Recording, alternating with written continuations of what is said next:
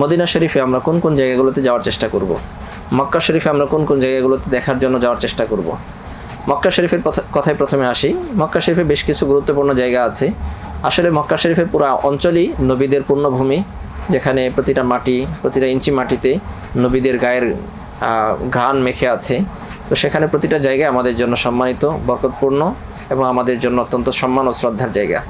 তারপরেও বিশেষভাবে কিছু জায়গা, যেমন জাবালে নূর, যেখানে হেরা গুহা অবস্থিত আছে, সর্বপ্রথম কোরআন নাজিল হয়েছে, অনেক উঁচুতে অবস্থিত।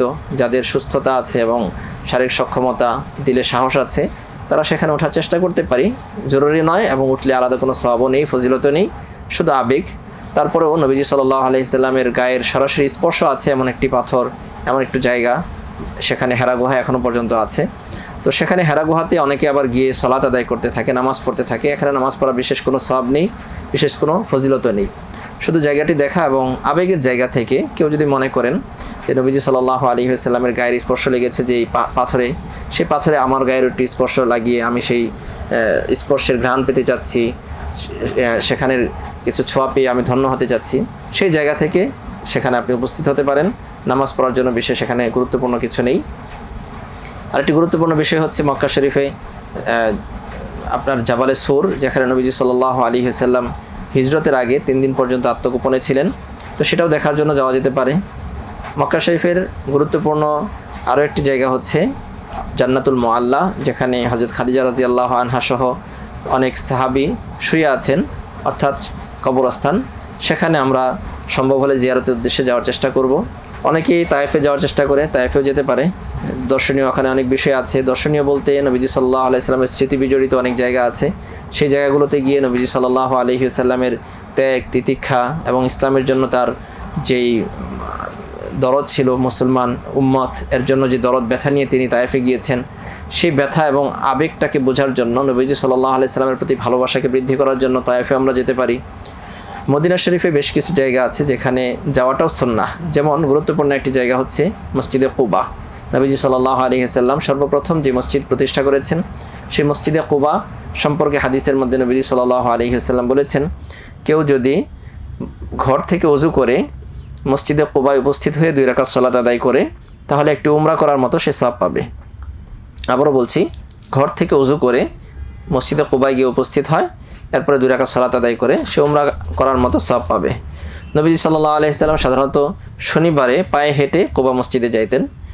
তো সম্ভব হলে, বেশি সময় লাগে না, আধা ঘন্টার মতো লাগে। মসজিদে নববী থেকে এখন কুবা মসজিদ পর্যন্ত যাওয়ার সুন্দর রাস্তা করা হয়েছে। তো পায়ে হেঁটে সম্ভব হলে মসজিদে কুবাতে গিয়ে আমরা শনিবার দিন যদি সম্ভব হয় 2 রাকাত সালাত আদায় করে আসবো। এছাড়াও মদিনার আরেকটি গুরুত্বপূর্ণ জায়গা হচ্ছে উহুদ, যেখানে নবীজি সাল্লাল্লাহু আলাইহি ওয়াসাল্লামের দান্দান মুবারক শহীদ হয়েছে। নবীজির গায়ের রক্ত যেই মাটির সাথে মিশে আছে, যে পাহাড় সম্পর্কে নবীজি সাল্লাল্লাহু আলাইহি ওয়াসাল্লাম বলেছেন, হাযা উহুদ ইউহিব্বুনা ওয়া নুহিব্বুহু, এই উহুদ পাহাড়কে আমরা ভালোবাসি এবং পাহাড়ও আমাদেরকে ভালোবাসে। সুবহানাল্লাহিল আযীম। এছাড়াও নবীজি সাল্লাল্লাহু আলাইহি ওয়াসাল্লামের স্মৃতি বিজড়িত মদিনা শরীফের প্রতিটা ইঞ্চি মাটি, খন্দক যেখানে যুদ্ধ হয়েছে, খন্দকের যুদ্ধ, গজওয়াতুল আহজাব, সে জায়গায় আমরা যেতে পারি। এরপরে মদিনা শরীফের গুরুত্বপূর্ণ যেই জিয়ারার জায়গা, সেটি হচ্ছে জান্নাতুল বাকি। এখন সাধারণত আসরের পরে 1 ঘন্টা এবং ফজরের পরে প্রায় 2 ঘন্টা সময় পর্যন্ত জান্নাতুল বাকি জিয়ারতের জন্য সুযোগ দেওয়া হয়। তো পুরুষদের জন্য শুধুমাত্র জিয়ারতের সুযোগ। তো পুরুষরা এখানে গিয়ে জান্নাতুল বাকি জিয়ারত করে আসতে পারি। সেখানে গিয়ে কোন কবর কার, সেগুলো অনুসন্ধান করা, তালাশ করাটা গুরুত্বপূর্ণ নয়। মনে রাখতে হবে, জান্নাতুল বাকিতে প্রায় 10,000 সাহাবী শুয়ে আছেন। এমনকি নবীজি সাল্লাল্লাহু আলাইহি ওয়াসাল্লাম বলেছেন, যে ব্যক্তি মদিনা শরীফে মৃত্যুবরণ করার সুযোগ হয়, সে যেন সেটা গ্রহণ করে, কারণ আমি মদিনায় যারা মৃত্যুবরণ করবে তাদের জন্য সুপারিশ করব। সুবহানাল্লাহ। তো জান্নাতুল বাকিতে যারা শুয়ে আছেন সবাই আল্লাহ তাআলার পক্ষ থেকে বিশেষ সম্মানিত। এরা নবীজি সাল্লাল্লাহু আলাইহি ওয়াসাল্লামের সুপারিশ পাওয়ার উপযুক্ত হয়ে আছে। তো নবীজি সাল্লাল্লাহু আলাইহি ওয়াসাল্লাম অন্য হাদিসে বলেছেন, জান্নাতুল বাকিতে যারা শুয়ে আছে তাদের জন্য আল্লাহর কাছে মাগফিরাতে দোয়া করতে আমাকে আদেশ করা হয়েছে।